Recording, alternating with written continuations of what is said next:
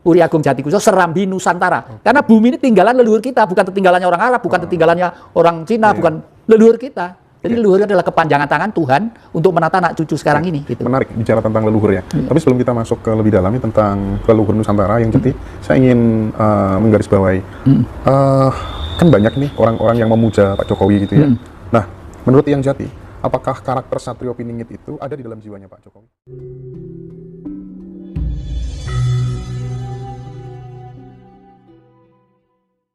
Orang sosok yang disebut Satrio Pinilih.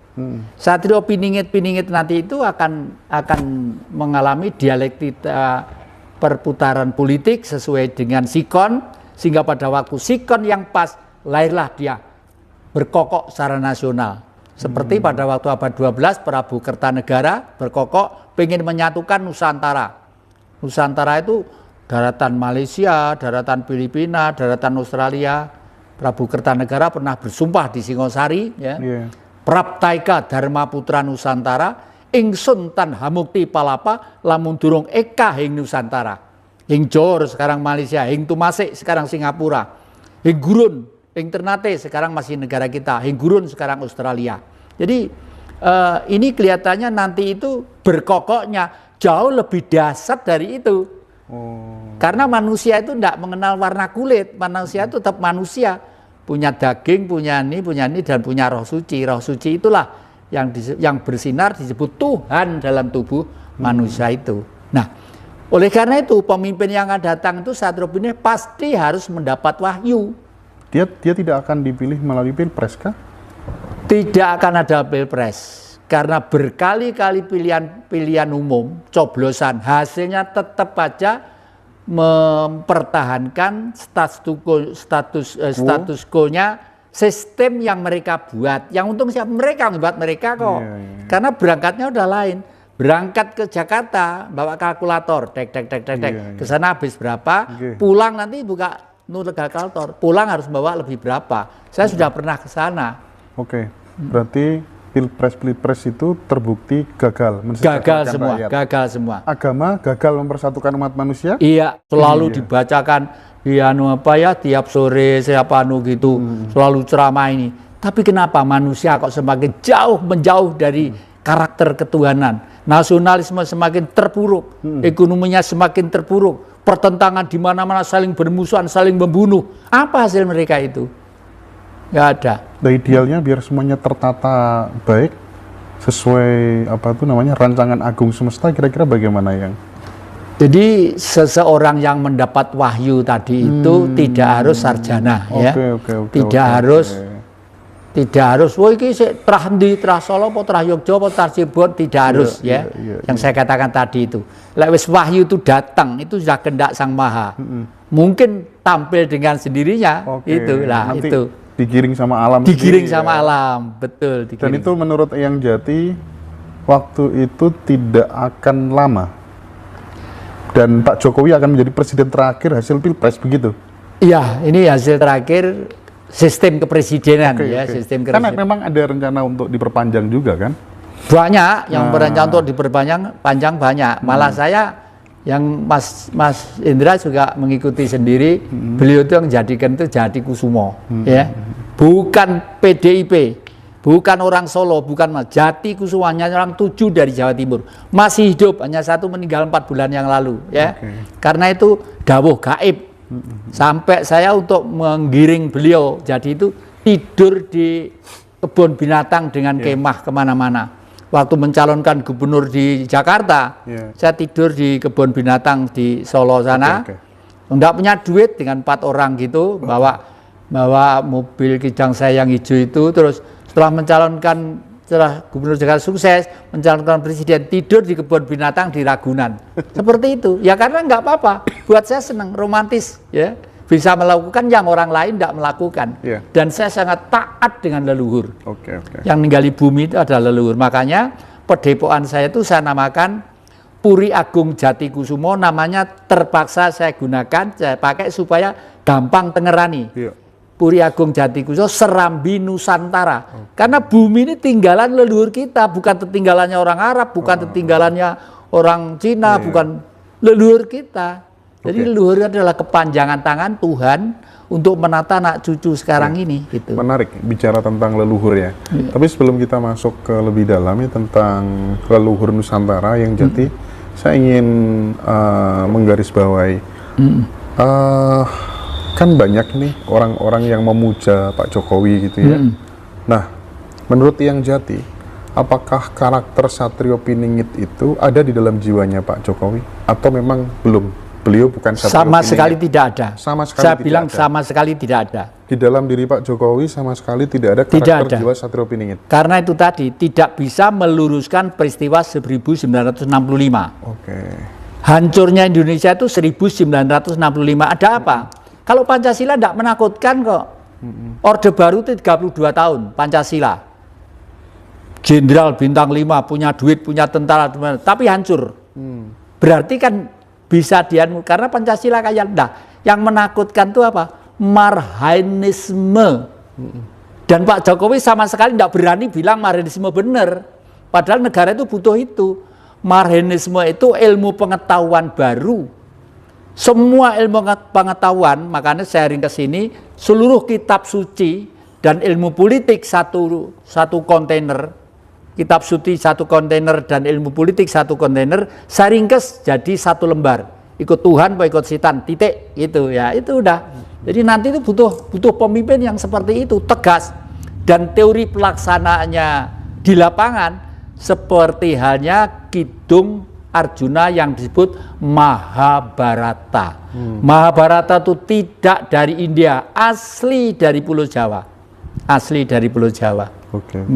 Nah, yang jati sekali lagi yang jati sangat yakin bahwa 2024 bisa jadi nggak akan ada pilpres. Sangat yakin. Sangat yakin. Alam akan menggiring ke sana. Alam akan menggiring ke sana. Iya. Iya. Ya mudah-mudahan karena memang sudah terbukti pilpres bolak-balik. Iya, dan saya itu kalau bertanya itu di samping pikiran saya, karena saya sekolah di bidang politik, ekonomi, dan spiritual, juga tanya Mas Anu juga tanya kepada batu yang bisa munyer itu, dan juga tanya kepada tarot dan kitab suci. Gimana itu selalu. Gimana itu? Bisa diceritakan nggak? Jadi gini, waktu tanya bahwa apakah nanti itu betul-betul Nyai Rengganis, waktu itu batu itu namanya Nyai Rengganis. Nyai Rengganis, mohon maaf, saya mau bertanya demi kepentingan kemanusiaan dan bangsa kami. Apakah nanti sistem kerajaan itu akan betul-betul ada di negeri ini? Kalau ada berputar ke kanan, kalau tidak berputar ke kiri, kalau berhenti berarti itu adalah khayalan yang jauh nanti akan terwujud masih jauh gitu. Ternyata begitu saya mancik langsung munyer ke kanan, hampir terlempar saya. Hampir terlempar. Yang kedua kartu tarot. Kartu tarot terakhir zaman Pak Jokowi apa hasilnya? Orang gepu-gepuan. Orang gepu-gepuan. Mungkin Mas Indra pernah saya kirim, masih saya simpen gambarnya itu. Ya memang betul sekarang itu di mana-mana yang namanya orang bertengkar, orang saling curiga, saling suidon, saling menghina, musyrik, syirik dan sebagainya itu kan suatu sebab yang akan menimbulkan akibat gitu ya. Lalu saya ingin tahu yang jati proses para leluhur suci, leluhur Nusantara ketika kemudian paring dawuh, ya maring anak putu, itu kira-kira seperti apa sih prosesnya, kasus-kasusnya? Hukumnya adalah cinta kasih. Kalau mereka setiap hari yang dia agung-agungkan orang Arab, ya orang Arab yang datang. Ya. Kalau yang diagungkan orang Cina, ya orang Cina yang datang. Ya toh. Kalau kita bangsa Nusantara ini mengagung-agungkan leluhur Nusantara, ya pasti leluhur kita yang datang. Pasti itu, pasti. Dan datangnya itu bisa lewat mimpi, bisa lewat ini, bisa lewat ini. Seperti tadi kemarin saya kedatangan seseorang wanita sudah sepuh. Bah, aku lek ngaji rasa mbok dijak gitu loh. Oh, Mahmud di cedak tak undang aku lali dadak soalnya Mas Indra ke sini ya. Anu apa gini-gini. Aku kanca sama nang Blitar biyen di Blitar. Oh iya, sama-sama tuanya putri ke sini gitu. Terus saya tuh pengen sinau neng sampean sinau apa? Sampean tak delok luwih tuwa timbang aku kok sinau neng aku. Terus sinau iki lho. Piye to supaya kita dapat tuntunan dari leluhur? Gampang. Ya cintailah leluhur kita. Mencinta itu cinta kasih ya. Iya. Mau apa misalnya satu, leluhur kita kalau babat suatu wilayah atau tanah, itu pasti yang dicari pertama kali adalah sumber air. Oke. Ya. Yang kedua, leluhur itu pada waktu itu belum pernah mengenal yang namanya kijing makam. Ya. Oleh karena itu, kenapa mencari sumber air? Karena leluhur itu tahu bahwa manusia itu hidup yang dibutuhkan pertama kali adalah air. Untuk memasak, untuk membuat kopi, untuk ini, untuk mandi, untuk bani lah, itu ya. Yang kedua, leluhur pada waktu kalau meninggal itu bagaimana? Umumnya tuh ya sudah ditanam gitu aja, ditanam tanpa nisan. Nisan itu model baru, ya. Itu nisan model baru, tanam. Biasanya itu lalu tukul menjadi pohon besar. Seperti yang saya ceritakan proses moksa ada tiga tipe. Tipe Pangeran Diponegoro moksa ya, lalu tipe yang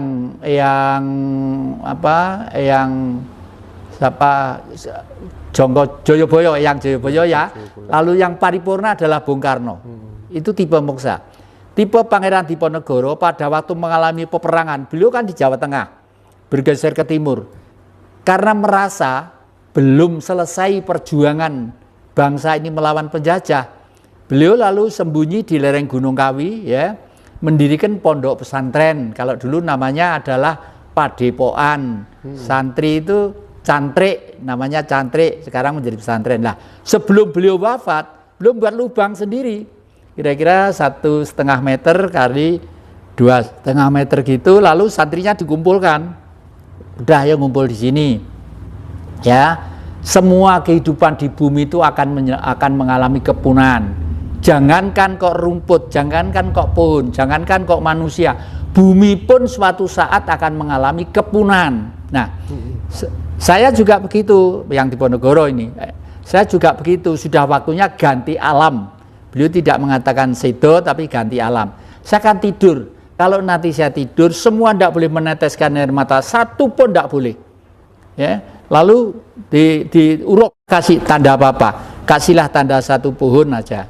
Di situ kalau bisa pohon yang kira-kira nanti itu bisa teduh, bisa ngayomi pada gitu, lalu akhirnya tidur les baru diuruk. Sekarang menjadi pohon suar gitu di Gunung Kawi sana. Itu nah, itu masih sekitar Pangeran Diponegoro itu abad 16 ya.